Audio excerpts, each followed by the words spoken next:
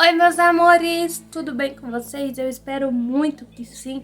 Bem-vindo a mais um vídeo aqui do canal. Se vocês não me conhecem, eu sou a Pamela, do canal Pan Story. E seja muito bem-vindo. Se você não é inscrito, aproveita, se inscreva, comenta, compartilha e ative o sininho, beleza? E hoje não vai ter vinheta, não vai ter nada. Eu papo assim, ó, sentada no sofá, de pijama e conversando com vocês. Muita gente me pediu um vídeo contando um pouco da minha vida, da minha história, lá no TikTok. Se você não é inscrito no TikTok, aproveita e se inscreva. Eu vou deixar aqui embaixo Pan Story, beleza? Só seguir lá, procurar lá no TikTok, Pan Story. E é isso no Instagram também, tá? Pan Story, então procura lá, se inscreve lá, ajuda aí. E não, primeiramente, não quero dizer aí pros haters, pras pessoas que gostam de falar mal da vida dos outros, não quero me vangloriar, não quero ganhar inscrito, não quero nada. Eu quero que sirva de exemplo.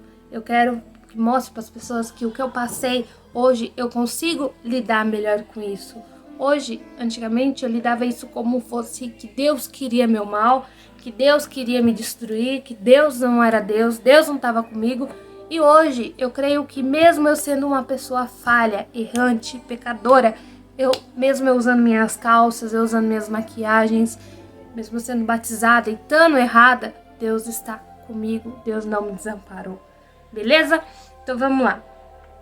Vou começar um pouco aqui, mas já vou antecipar que é ligado. Então, se você não tem estômago forte, se você não gosta de ouvir, tem relacionado a abuso, depressão, morte, entre outras coisas, tá, gente? Porque eu passei pelo Vale da Morte, quase morri quando eu tinha 16 anos. E é isso, vou contar aqui e aí liga se tiver coisa errada no vídeo, porque hoje, pra mim gravar isso, é muito difícil pra mim, entendeu? É isso. Vamos lá. A minha mãe tem quase 30 anos de manicure. Ela sempre fez unha pra sustentar a casa e me criar sozinha. Então, como minha mãe era sozinha, a gente passava muito perrengue naquela época, a gente passou muita necessidade. Minha mãe não tinha com quem me deixar naquela época. Então, desde que eu nasci, ela sempre levou eu com ela pra fazer unha. E uma certa vez, uma pessoa pediu pra fazer unha com ela. Nunca tinha pedido. E aí a minha mãe falou, vou, claro, porque naquela época todos os clientes que vinham era lucro, né? E aí minha mãe foi fazer unha dessa pessoa. E essa pessoa, desde o princípio, pediu pra me sentar no colo dela. E minha mãe, como sempre foi focada muito na unha, quando ela tá fazendo unha, ela não olha pros lados, ela não olha pra nada. Ele chegou e pediu pra me sentar no colo e hoje eu falo isso com mais coragem, porque graças a Deus a justiça foi feita, né? E pra mim foi justiça. E aí, sentei no colo, né? Primeiro ele falou, não, ele é jamais, nunca. Sabe quando a pessoa bota a mão no fogo? Minha mãe confiava, era uma pessoa conhecida e não sei o que. Aí eu sentei. E quando eu sentei, diretamente ele já meteu a mão na minha calça, dentro da minha calcinha. E você já imagina que começou aquela seita, aquela coisa começou com a minha vida. E aquilo ali durou durante 1 ano. Mas, Pamela, por que você não contou? Se eu tivesse contado pra minha mãe, a minha mãe teria me apoiado, teria acreditado. Mas como ele, quando a minha mãe tava conversando com a ex-mulher dele, que ela é falecida, ele me chamou no quarto e me mostrou uma arma e falou, se você contar pra tua mãe, eu vou matar ela e vou matar você. E se você não vir, eu mato tua mãe não volta pra casa. E como eu era uma criança, eu tinha medo de perder minha mãe e eu preferi ficar quieta. E isso durou 1 ano. Até que eu não me recordo muito bem se ela parou de fazer unha ou se naquela época eu já tinha 7 anos, com 7 anos eu comecei a brincar com a Giovana, né? Brincar na casa da Gi, e não sei se foi isso que me impediu ou foi minha mãe. Ou foi minha mãe que parou, porque minha mãe parou de fazer unha lá. Mesmo eu não contando, porque eu não contei, eu fui contar com quase 18 anos pra ela. Passou isso aí, eu comecei a ter um transtorno de personalidade. Uma hora eu queria uma pessoa do meu lado, outra hora eu não queria. Parecia que quando eu achava que aquela pessoa ia me machucar, me ferir de alguma forma, eu me recuava e não queria aquela pessoa, mesmo colegas. Já aconteceu de colega brincar comigo e daqui a pouco eu surtar, não querer brincar, não quero perto, me tira daqui, vai embora. E a minha vida foi assim. Aí com 8 para 9 anos eu caí de uma escada, a qual eu me machuquei bastante. E nessa época eu sentia muita dor na barriga. E eu vou falar um pouco rápido aqui, resumir. Aí minha mãe foi, levou no médico, a médica pediu ultrassom. Quando chegou na hora da ultrassom, o cara lá que fez a ultrassom xingou muito minha mãe, de irresponsável pra cima, que eu tinha uns problemas no rim, minha mãe não tinha puxado, minha mãe não tinha procurado saber por isso. Minha mãe, sem entender muita coisa, falou que ela não tinha culpa, que ela me levava na pediatra. A pediatra sempre falava que era gases e verme. Passou esse tempo, consegui uma vaga no Darcy Vargas, onde a minha mãe me levou. Fizeram vários exames, alguns exames foi particular. Minha mãe não tinha condições naquela época, onde Deus colocou muitos anjos na nossa vida, que ajudou a pagar o tratamento, os exames, né? Na época, quem ajudou muito a gente é uma pessoa que eu respeito e amo demais, é o Aires. Hoje é o nosso prefeito de novo, muito mais do que merecido, porque aquele cara ali, ele tem um coração enorme, ele tem um coração gigante, que naquela época nem prefeito ele não era nada. E a minha mãe, como a minha mãe fazia a unha da ex-mulher dele, a gente tinha uma certa amizade. Minha mãe chegou pra ele, pediu, e ele arcou com o restante do dinheiro do tratamento, do exame que era para fazer. E consegui fazer, que era o exame nuclear, fiz o exame. Nisso, Deus colocou mais uma pessoa muito boa na minha vida, que era o Alziro. Hoje ele tem uma imobiliária aqui em Juquitiba, ele sempre teve, a qual ele se comprometeu, do começo ao fim, me levar. E antes do Alziro se comprometer, a gente passava uns perrengues pra ir de ônibus, porque a gente não sabia ir, a gente não tinha condições. Passamos até que o Alziro, minha mãe foi, contou a história para o Alziro falou, não, essa responsabilidade é minha. Eu vou pegar, eu levo ela, todos os exames, levo, trago. E minha mãe às vezes ia, às vezes só ia eu e ele. Graças a Deus, ele nunca mexeu comigo nem nada. Sempre foi respeitador. Ele levava eu, às vezes a mulher dele ia com ele. Quando a mulher dele não ia, minha mãe ia. Quando ia vice-versa. Ele pagava de lanche pra cima. Sempre comprou as coisas pra gente não passar fome. E passou isso aí, consegui fazer a cirurgia. Alziro foi até o fim, como ele prometeu. Ele só não foi no dia de me buscar, porque ele tinha um compromisso depois da cirurgia. Que aí foi minha irmã e meu cunhado me buscar. E nisso eu tive problema para anestesiar. Tive problema na cirurgia, né? Porque eu senti um choque muito grande, muito grande. Parecia que meu corpo saiu fora e voltou. Os médicos falam de parada. E quando eu já voltei, aí o médico falou, olha, só quando a gente te abriu, a gente descobriu que você tinha 3 rins, o qual o direito já tava, que eu tinha 2 do lado direito, estava comprometendo o rim bom, que ele não funcionava. E aí conseguiram tirar. Passou isso aí, né, com 16 anos, eu me batizei, né, e eu desci as águas do batismo. Me arrependo porque eu deveria não ter me batizado naquela época, porque eu errei muito depois do batismo. E aí quando eu me batizei, dia 22 de outubro, 23 de outubro, eu comecei a ficar doente. E ninguém entendia o porquê eu ficava doente. Eu comecei a ter muita dor de estômago, febre. Nisso meu cabelo foi caindo, eu fui emagrecendo, fui perdendo peso. Ouvi muitas palavras maldosas de pessoas. E eu vou deixar uma foto aqui, ó, de como eu tava. Eu tinha 35 quilos, eu cheguei.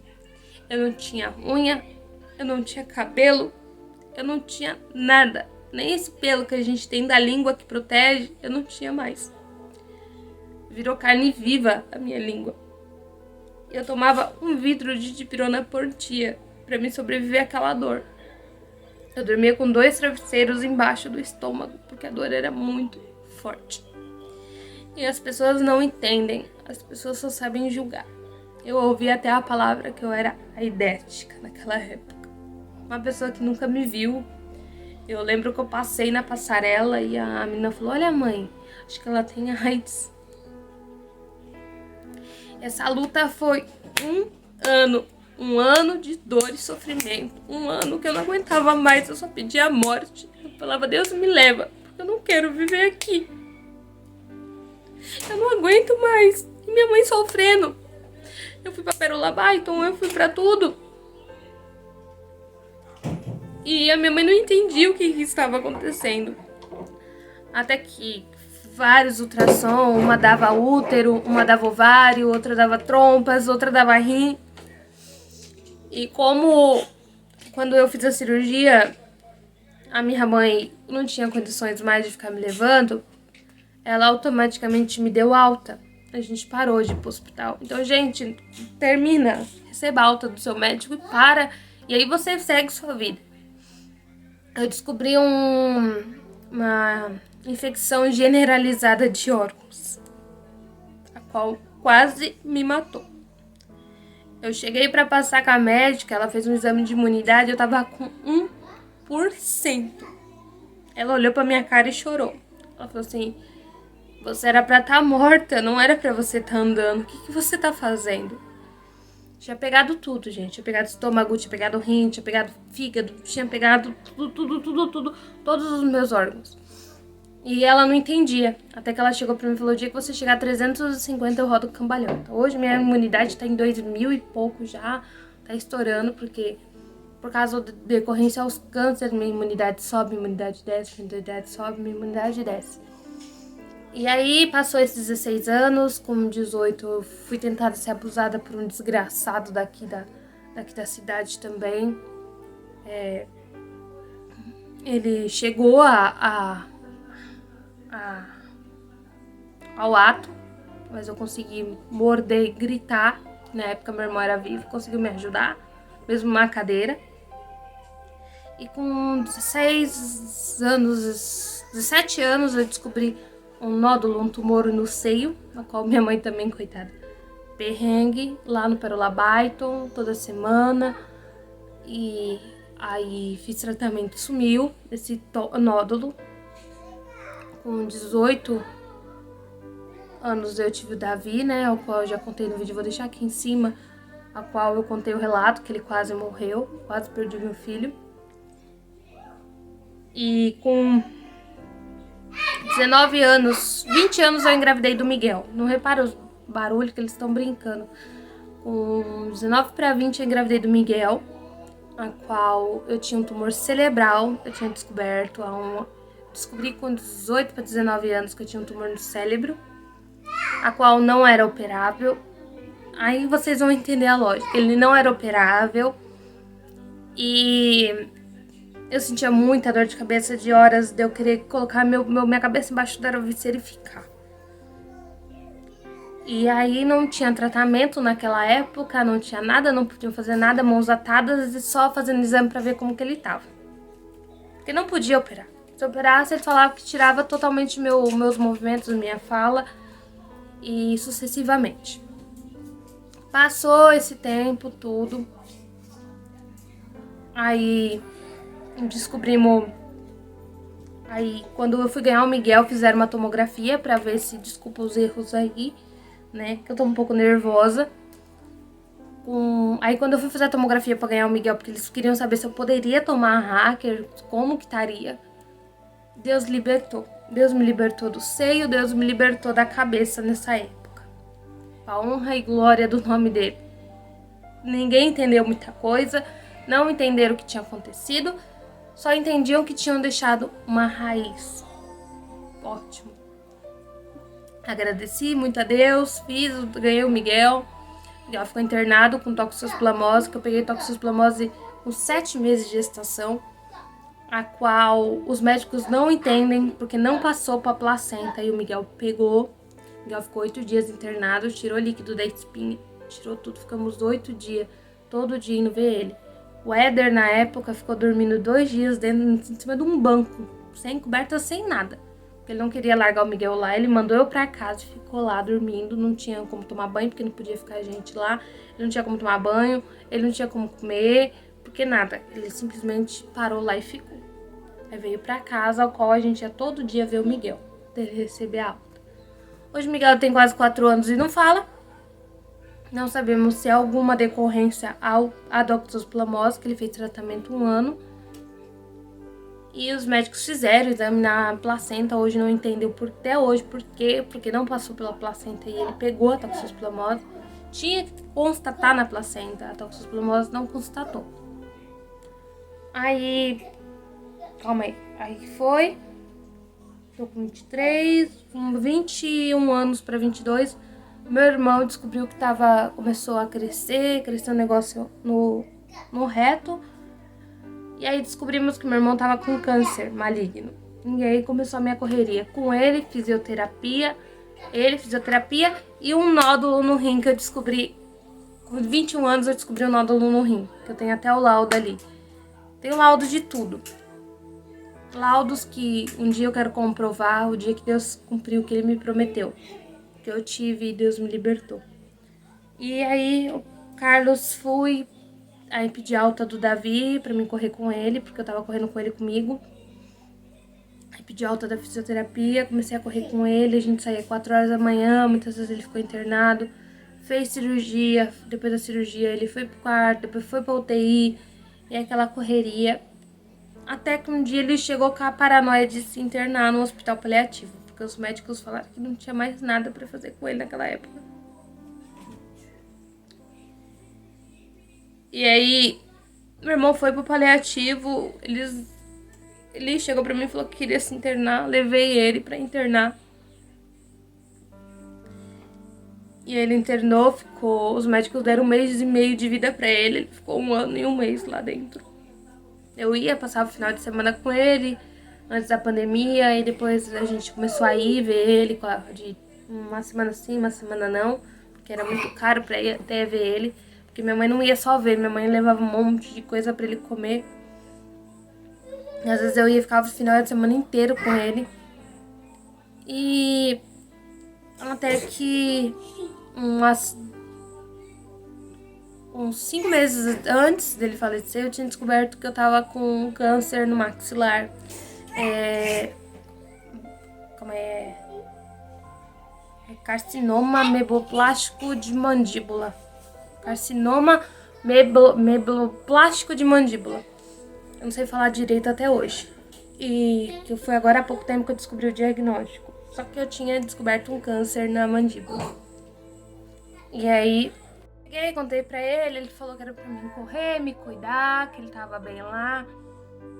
E ele passou muito perrengue naquele hospital. Muitas vezes enfrentei enfermeiro lá dentro que ameaçavam ele direto. Ele passou fome lá porque ele não andava, ele tinha 9 anos de cadeira de rodas, porque ele teve um AVC. E a gente viu o sofrimento dele, mas não dava pra trazer ele pra casa, porque ele tava tendo hemorragia, já tava virando necrosado, tudo a pé dele já tava necrosado, ele tava criando ferida, porque ele automaticamente se entregou pra cama. E o câncer dele era muito grande. E aí passou, aí 2 semanas antes dele falecer, eu comecei a sentir muita dor no maxilar, muita dor de cabeça, a qual eu não conseguia ir mais com frequência ver ele, porque eu tava muito mal. E aí alguma coisa falou, não, vai ver teu irmão, vai ser a última vez que você vai ver seu irmão. E aí eu fui, cheguei lá, ele tava muito bem, brincando, conversando. Vou deixar uma foto dele aqui pra vocês. Conversando, brincando, a gente gravou o vídeo. E o meu irmão não imaginava, ele chegou pra mim e pediu a alta, eu falei, não, vou te dar alta. Ele falou, fala pra mãe que eu tô bem, que eu vou pra casa. Aí, não, você tá bem, você tá ótimo, eu vou levar você pra casa. Naquela época, o horário de visita era até às 11, das 8 às 11, eu tinha quase nem tempo pra ficar com ele. Às vezes eu trapaceava lá dentro, ficava até as 2 horas da tarde e ia embora. Mas mesmo chegaram a me ameaçar, falando que eu não ia poder entrar mais se eu continuasse fazendo isso. Aí nesse dia, se eu soubesse que ia acontecer isso, eu tinha ficado mais tempo com ele. Mas eu resolvi seguir a regra do hospital, pra me proibir de ver ele. Fiquei até as 11 e vim embora. Falei pra minha mãe, falei, mãe, dessa semana o Patrick não passa. O Patrick não passou realmente. Quinta me ligaram, falaram, olha, teu irmão tá falecendo, vem pra cá, que ele tá te chamando. Eu saí correndo, liguei pro Éder, falei, Éder, meu irmão tá morrendo. O Éder correu, pediu o carro, conseguimos ir. Chegando lá, meu irmão tava sem ar, pedindo água. Aí chegaram pra me falar dar água pra ele no algodão, só que eu vi aquele desespero em dar água pra ele naquele algodão. Falei, não vai ser assim. Comecei a colocar pouca de pouquinho água e dar na boquinha dele, levantar a cabeça dele e dar. Coloquei muito hino pra ele ouvir. Orei, falei, Senhor, tira ele desse sofrimento, não deixa ele sofrer. E ele me chamando, aí perguntou pra mim, pã, você assinou minha alta? Falei, assinei, Carlos, vai pra casa.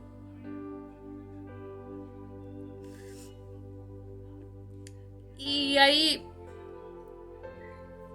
ele começou a perder. Aí ele chamou a mãe, que era uma enfermeira que ele tinha como mãe lá dentro. Falou, mãe, troca minha fralda, coloca minha roupa que eu vou pra casa. Você vai, Carlos, você vai pra casa sim. Daqui a pouco eu te arrumo, tá? Daqui a pouco deu umas horas, eu comecei a perder a consciência. Não me chamou mais, me chamava de Verônica. E perdeu o sentido. E aí falaram pra mim, melhor você ir pra casa, que ele vai ver você sofrendo. E vai sofrer mais ainda, que a gente vai sedar ele agora pra ele descansar. Vim pra casa quando foi 5h50 da manhã. Deus levou meu irmão. Aí comecei a passar o perrengue com o meu câncer. Hoje eu tomo metadona, faço tratamento de químico comprimido. Tomo metadona pra dor, porque a dor é tão forte. Essa parte aqui, ó, você pode ver que é bem roxo, ó. Ele tá aqui. Eu sinto muita dor pra falar. Ele entortou todos os meus dentes. Eu vou ter que fazer uma cirurgia, né, pra arrumar, pra fazer correção depois. E hoje eu tô na minha correria. Depois que eu perdi meu irmão, eu não aceitei aquela coisa, sabe? Depois que ele morreu, eu não aceitei aquela perda. Eu tentei suicídio, tentei me matar 2 vezes, tentei antes dele morrer, muito tempo antes dele morrer, fui parar no hospital. Depois tentei de novo, porque eu tive uma desavença com a minha mãe, sabe? Desavença de mãe e filho. Na época ela falava que eu não me importava com meu irmão. E eu fui com ele até o final, eu reconheci o corpo. Eu fui buscar, eu reconheci o corpo. Eu tive que escolher o próprio caixão do meu irmão, eu que ajudei a levar meu irmão. E aquilo ali me doeu de uma forma tão grande. Eu aceitei e queria acabar com a minha vida. Tomei um monte de comprimido, a qual o Éder, na verdade, eu fui desabafar com uma amiga minha, falei que não aguentava mais aquela vida e ela sabia que eu ia fazer alguma merda e ligou pro Éder. O Éder chegou lá, me socorreu e me levou pro hospital.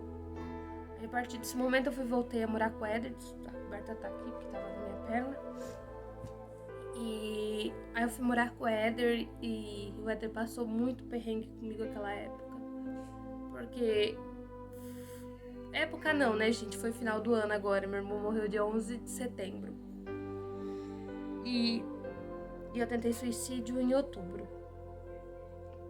E o Éder passou muito perrengue comigo. O Éder passou muito. Eu quebrei lixeiro, eu quebrei porta. Eu surtava de uma forma que ninguém me segurava. Eu gritava. Muitas vezes eu deitava no tapete, ficava, meu Deus, eu quero morrer. Eu quero acabar com a minha vida. Eu não quero viver aqui. Comecei a me cortar naquela época porque a dor era tão grande que eu me cortando e vendo aquela dor física, eu não sentia emocional.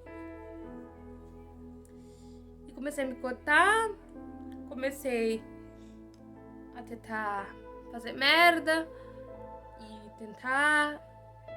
Aí depois fui trabalhando, que meu irmão precisava descansar, que eu não precisava ficar sofrendo. Hoje sofro em falar dele, porque ele era a pessoa mais importante que eu tinha na minha vida. Era a pessoa que mais me apoiava antes de eu conhecer o Éder. Era a pessoa que me dava total apoio.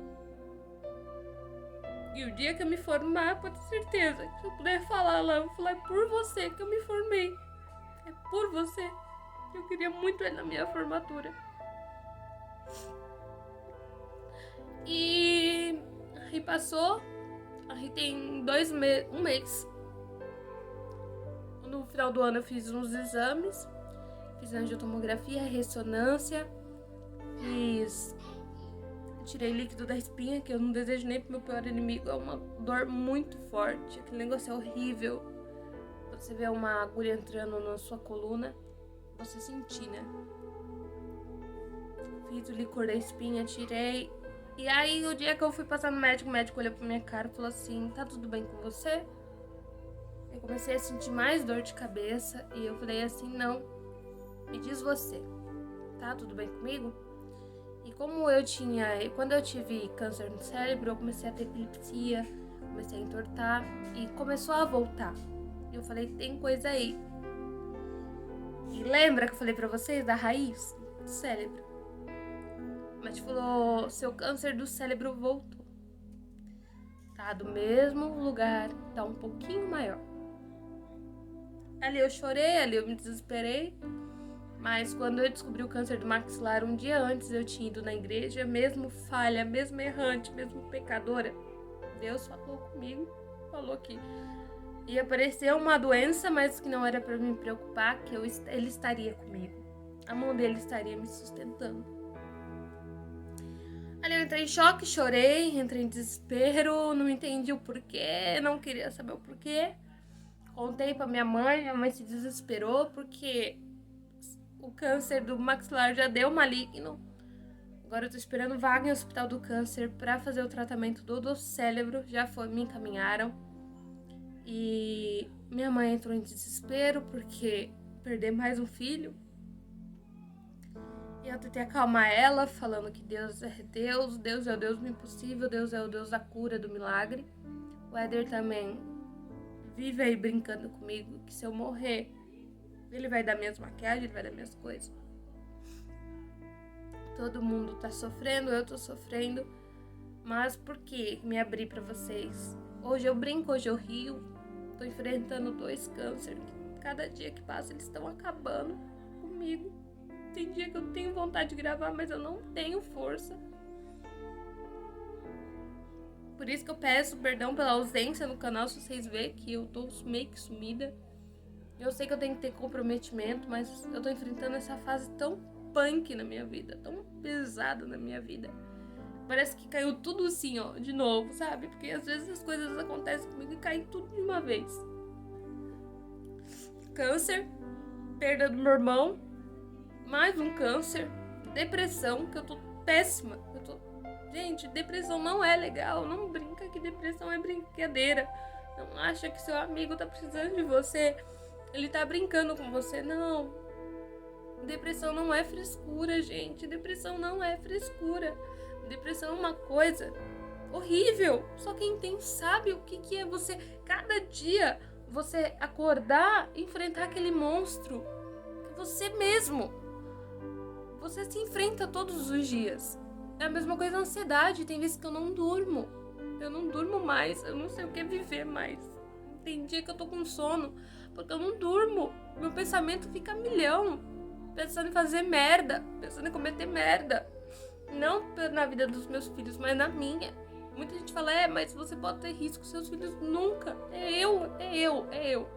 Eu tento me machucar. Sabe? Eu tento me ferir. Hoje eu tenho a minha gatinha que me dá muito...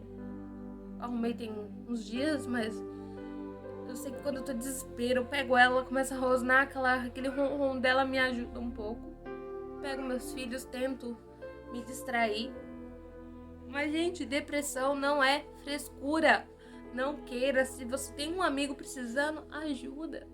Porque, gente, eu já precisei fazer tanta merda na minha vida que eu só não faço Porque eu penso nos meus filhos. Não tanto no Miguel, que eu sei que se eu morrer hoje, o Miguel tá bem. Porque ele tem um pai bom.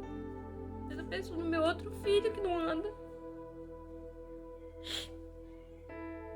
O que vai acontecer com ele?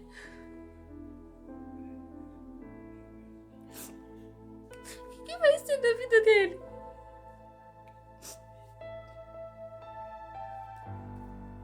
Entendeu? Porque eu sei que minha mãe não vai poder.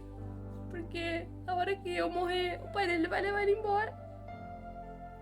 Eu conheço o pai dele, hoje ele está mudando, mas eu não confio. Meu filho sofrer? Não quero. Ele já sofre demais não podendo andar.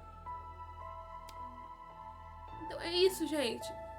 Eu sei que eu extrapolei aqui no choro, extrapolei um pouco. Peço perdão, não queria que o vídeo ficasse longo, mas muita gente me pediu pra saber um pouco. Mas eu quero dizer pra vocês que eu continuo firme e forte, mesmo passando por tudo, depressão, ansiedade. Eu luto pela minha vida, eu quero viver. Eu peço pra Deus que Ele não me tire da terra. Eu peço oração pra vocês orar muito por mim, que eu quero viver. Eu quero ver meus filhos crescer, eu quero terminar o meu curso, que tá uma luta pra mim terminar.